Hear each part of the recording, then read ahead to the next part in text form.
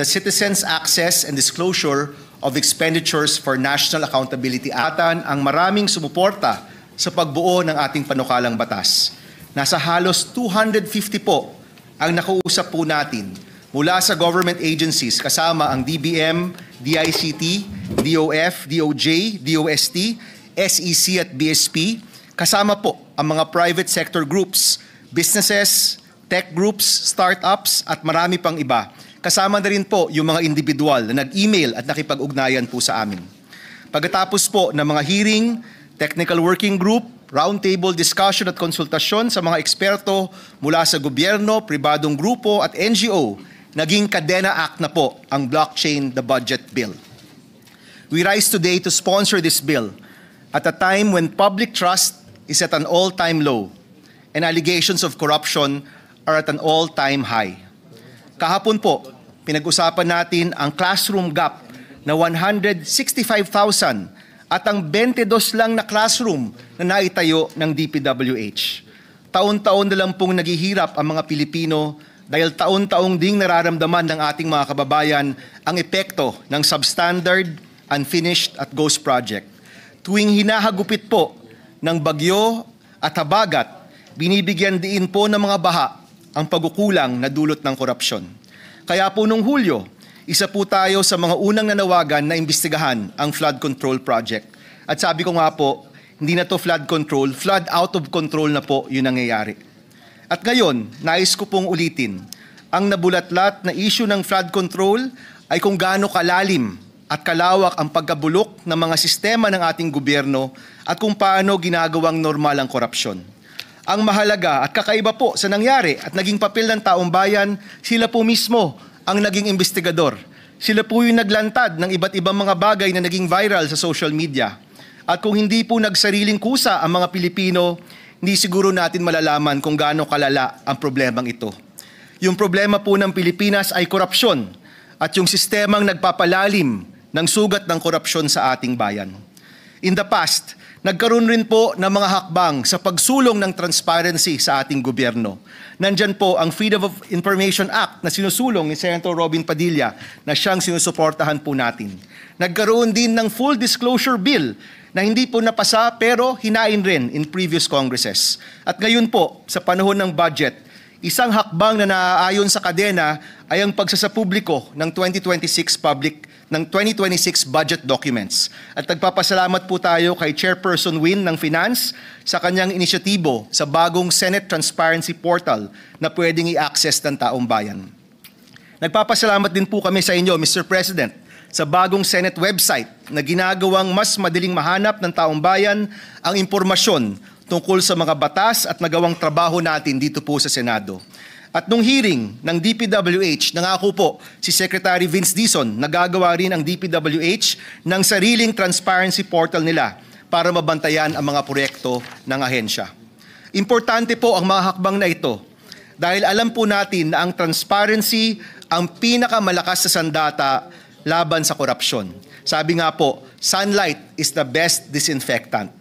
Kung lahat ng impormasyon ay nakalabas at madaling ma-access ng taong bayan, matitigil po ang korupsyon sa ating bansa. Dalawa po yung mahalagang probisyon sa ating panukalang batas na nagpapalakas sa transparency. Una, ang full disclosure of documents. Sa Kadena Act, lahat ng national government offices and entities required po na mag-record at mag-publish ng impormasyon at datos na may kaugnayan o konektado sa ating national budget at sa pera ng bayan. Lahat po ng dokumento kasama po sa budget planning and preparation, budget legislation and authorization, budget execution and fund management, procurement process, contract management, revenue collection generation ay dapat po naka-upload sa kadena. Kahit po ang mga kontraktor na mananalo sa mga proyekto, ang halaga ng mga proyekto, mismo ang bill of materials, ang presyo ng semento, presyo ng bakal at iba pa, ilalabas po natin sa publiko. Ibig sabihin po, ang transparency hindi na po magdedepende sa voluntaryong pagsisiwalat ng mga PDF at dokumento. It will be built into the system itself, automated and verifiable by design. Wala na pong dokumentong susunugin o mawawala na lang bigla. Lahat po makikita ng taong bayan. Tunay na ang pera ng bayan mababantayan. Pangalawa, lalagyan po natin ng pangil ang Kadena Act.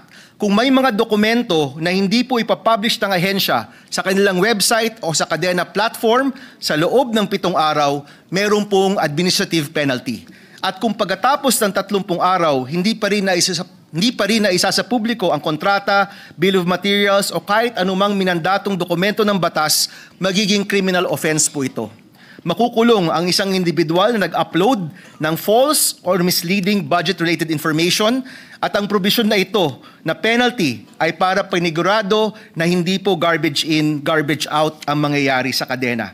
Ibig sabihin po, wala pong takas dito.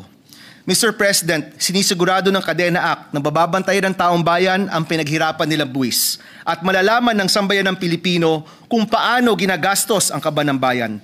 Kaya sigurado po ako na ang tanging matatakot lang sa kadena ang mga kurakot na meron pong tinatago. Bilang inyong Committee Chair for Science and Technology, meron din pong technological solution na napakahalagang aspeto ng kadena. Meron po tayong 5 katangian o standards para sa teknolohiyang gagamitin ng Kadena Act. Ito po ay ang 5 ito: structured digital format, traceable, open source, tamper-resistant, at interoperable. Ano po yung mga to? Ang standards pong ito ay para po sa pag-access, higit na pag-unawa, at sa pagbusisi ng taong bayan sa ating budget. Una, dapat lahat ng dokumento na isa sa publiko ay nasa structured digital format. Ibig sabihin po, dapat nag-comply with open data standards at machine-readable data format. Pangalawa, dapat traceable ang lahat ng impormasyon sa kadena. Ibig sabihin, makikita po ang daloy ng pera, ang transformation ng budget at ang destinasyon ng ating buwis. Pangatlo, open source ang technology. Ibig sabihin po, pwedeng busisiin ng publiko ang source code at hindi po tayo malalock in sa mga particular na vendor or supplier. Pang-apat po, dapat tamper-resistant ang kadena. Ibig sabihin po, hindi pwedeng baguhin ang impormasyon o datos ng kung sino-sino. Protektado po dapat laban sa unauthorized alteration. At kung merong lehitimong rason kung bakit dapat maiba o mabago ang information, dapat po merong information trail na makikita. Panghuli, at sa palagay ko po pinaka-importante at pinaka-exciting, dapat po interoperable ang kadena. Pag sinabi pong interoperable, this is the capability of different systems, platforms or technologies to exchange, interpret, and use information in a coordinated and secure way. Ibig sabihin po niyan, isang halimbawa po dyan, ay kapag ang kadena up and running na po, pwede natin gamitin ang ating mga AI assistants, gaya ng ChatGPT at marami pang iba. Siguro po lahat tayo dito, meron yan sa ating telepono. Pwede pong gamitin para tulungan ang taong bayan na busisiin ang budget. Pwede pong magtanong ang isang guro sa Cebu kung ilan ba ang nakaplanong itayo na classroom sa kanilang syudad. Pwede pong magtanong ang isang taga Batangas, meron bang flood control dito o wala? In fact, pwede pong gumawa ang NBI o DOJ o Ombudsman or the Blue Ribbon Committee ng automated alerts na kapag merong makitang overpricing sa mga dokumento ng gobyerno, pwede pong magkaroon ng automatic alert. Hindi lang po yung mga ahensya, pati po yung taong bayan. Ganyan po kalakas at kagaling ang teknolohiya na abot kamay na po sa atin. Pwede pong gamitin para sa mabuting pamamahala sa ating bansa. Mr. President, mga kasama, pag napasa po natin ang Kadena Act, inaasahan ko po na mag-iiba ang mukha ng transparency ng ating gobyerno. Sa halip na patago ang pagdesisyon pagdating sa pera ng bayan, bukas na po ito para busisiin ng lahat.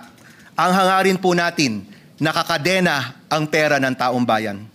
Mr. President, naniniwala po tayo ngayon.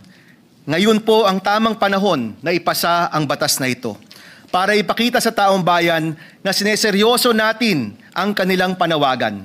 Lagi ko pong naririnig sa mga kabataang nagmamarcha laban sa korupsyon.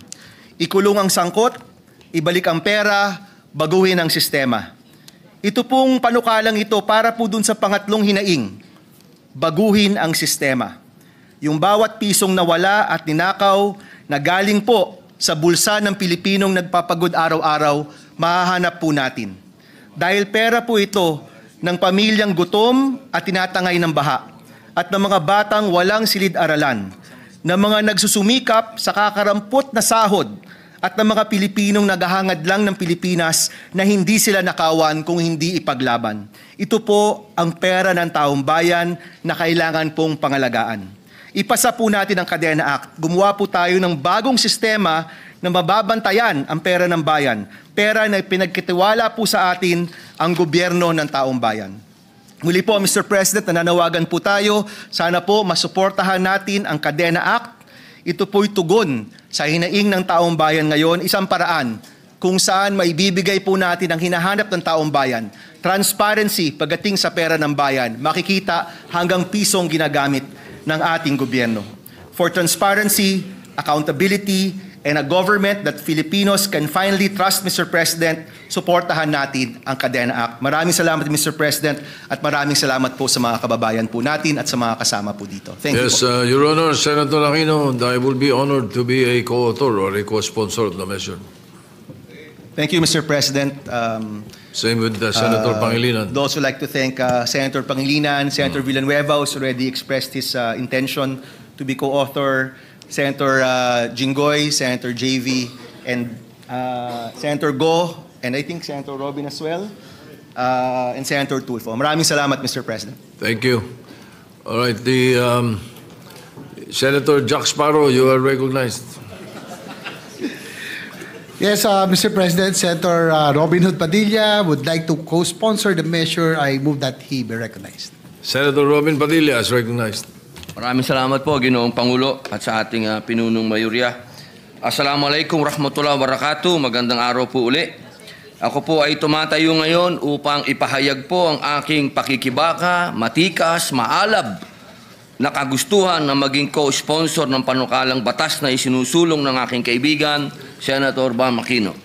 Ang Senate Bill number 1506 sa ilalim ng Committee Report number 10, Kadena Act o Blockchain the Budget Act. Isang panukalang magtatayo ng digital budget portal na magbubukas sa buong bayan ng lahat ng transaksyon ng gobyerno.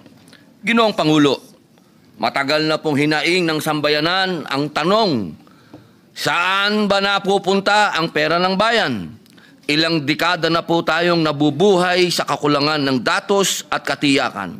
Sa pamamagitan po ng kadena, makikita at masusundan ng bawat Pilipino ang bawat galaw ng pondo ng gobyerno. Nakalag, may petsa at may pirma at hindi basta-basta mababago o mapagsisinungalingan. Alam nating lahat na isa sa pinakamalaking suliranin ng ating bansa ay ang kultura ng pagiging reactionary. Madalas kumikilos lamang tayo kapag may problema na sa ekonomiya, sa seguridad o sa pamahalaan. Kaya po tayo ay nahuhuli sa mga bansa. Panahon na upang maging proactive po ang gobyerno at isang paraan ay ang digital transformation. Hindi na sapat ang papel at lumang sistema. Dapat na nating yakapin ang technology upang buwagin ang tinatawag ng ilan na professionalismo sa korupsyon. Ang tanging paraan para matapos ay ang paggamit ng makabagong sistema na tapat, malinaw at maaaring suriin ng mamamayan. Tunay ngang naaangkop ang pangalan ng batas na ito. Citizens Access and Disclosure of Expenditures for National Accountability Act o KADENA, na kumakatawan sa kadena ng datos na nag-uugnay sa bawat dokumento, resibo at proyekto upang hindi maputol ang kwento ng pera ng bayan. Ang kadenang ito ay magdurugtong din sa pamahalaan at mamamayan bilang bigkis ng pagtitiwala. Taong 2015 po, nung una po akong ma-expose sa blockchain bilang panlaban sa terorismo. Ito po ang ginamit ng maraming bansa upang mapuksa ang mga terorista. Taong 2023 naman po nung ako ay maimbitahan sa isang blockchain forum kung saan aking nabanggit na ang hinaharap ng mundo ay digital, kaya't ang pamahalaan ay dapat maging digital. The world is going digital and our government should digitalize. Dapat tayong sumabay, hindi magpahuli. Ang technology gaya ng blockchain at open data systems ay makatutulong hindi lamang sa gobyerno, kundi pati sa maliliit na negosyo sa pamamagitan ng digital access. Nabibigyan natin ng patas na pagkakataon ang bawat Pilipino na makilahok sa ekonomiya ng mundo. Hindi na po dapat ito pagtalunan dahil ito po ay ginagamit na ng maraming bansa na gustong baguhin ang kanilang gobyerno at ang baguhin ang kanilang sistema. Kaya ako po ay buong puso pong sumusuporta sa Kadena Act ni Senator Bam Aquino at sa lahat po ng inisyatibong nagtutulak ng malinis, makabago at bukas na pamahalaan. Maraming salamat po. Majority Leader. Yes, Mr. President, Senator Joel Villanueva is seeking the floor for a manifestation and to co-sponsor the measure. I move that he be recognized. Senator Joel Villanueva is recognized. Thank you, Mr. President. Thank you, Majority Leader. Mr. President, esteemed colleagues, it is my honor and privilege to co-sponsor Senate Bill number 1506 under Committee Report number 10, or the Citizen Access and Disclosure of Expenditures for National Accountability, or Kadena Act. We thank our distinguished colleague, our friend, brother, sponsor, the hardworking chairperson of the Committee on Science and Technology, Senator Bam Aquino, for this landmark piece of legislation, which is a bold step, Mr. President, towards ensuring transparency, accountability, and public participation in the management of our nation's resources. Bilang isa sa mga co-author ng panukalang batas na ito, Mr. President, masasabi po natin that for too long, the processes surrounding our national budget have been shrouded in complexity, making it difficult for ordinary citizens to understand how public funds are allocated, how public funds are spent and managed. The Kadena Act addresses this by establishing a digital budget portal that will make government transactions accessible, traceable, and tamper-resistant. It will empower our citizens to scrutinize every peso spent, fostering trust in public institutions and deterring corruption. This bill is not just about technology, Mr. President. It's about transforming governance. By leveraging cutting-edge tools like distributed ledger technology and open-source systems, Kadena will ensure data integrity, interoperability, and security. It will provide real-time access to budget data, link disbursements to outcomes, and create channels for citizen feedback, making governance truly participatory. Moreover, Mr. President, the Kadena Act is a commitment to the Filipino people, a promise that their hard-earned taxes will be managed with honesty and integrity. It is a declaration that public funds belong to the people and must be used for their benefit, not for personal gain or corruption. Ginoong Pangulo, tayo na po ang magbukas ng daan tungo sa isang pamahalaang mas tapat, mas responsable, at mas inklusibo. Sama-sama po nating itaguyod ang isang kinabukasan kung saan ang bawat Pilipino ay may kapangyarihang managot ang kanilang mga pinuno at masiguro na ang yaman ng taong bayan ay ginagamit upang itaas ang antas ng pamumuhay at magpatatag ng isang mas matibay na bansa. Higit po sa lahat, Ginoong Pangulo, tayo'y natutuwa dito sa panukalang batas na ito sapagkat ito po'y magiging armas. Magiging armas po ito ng mga inosente na ginagamit o minsan ay ginagamit ng mga sindikato sa kanilang mga illegal na operasyon. Again, we wish to thank our good colleague, Senator Bam Aquino, for allowing us to co-sponsor the measure, and we look forward to its immediate passage. Maraming salamat po, Ginoong Pangulo, at pagpalain tayong lahat ng ating Panginoong Diyos. Majority Leader. Yes, Mr. President.